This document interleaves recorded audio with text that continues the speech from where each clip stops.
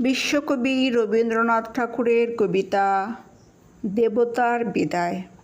দেবতা মন্দির মাঝে ভক্ত প্রবীণ, জপিতেছে জপমালা বসি নিশি দিন। হেনকালে সন্ধ্যাবেলা ধূলি মাখা দেহে, বস্ত্রহীন জীর্ণ দিন পশিল সে গেহে। কহিল কাতর কণ্ঠে, গৃহ মোর নাই, এক পাশে দয়া করে দেহ মোরে ঠাঁই। সসংকোচে ভক্তবর কহিলেন তারে, আরে আরে অপবিত্র, দূর হয়ে যারে। সে কহিল চলিলাম। চক্ষের নিমেষে ভিখারি ধরিল মূর্তি দেবতার বেশে। ভক্ত কহে, প্রভু মোরে কি ছল ছলিলে?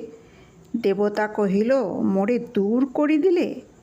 জগতে দরিদ্ররূপে ফিরি দয়াতরে, গৃহহীনে গৃহ দিলে আমি থাকি ঘরে।